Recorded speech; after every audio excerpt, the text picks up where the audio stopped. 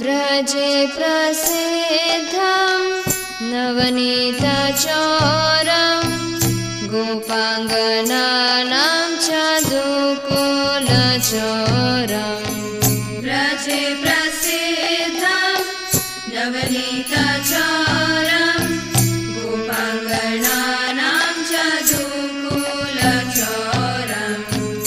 अनेकजन्मार्जितपापचोरं चोराग्रगण्यं पुरुषं नमामि।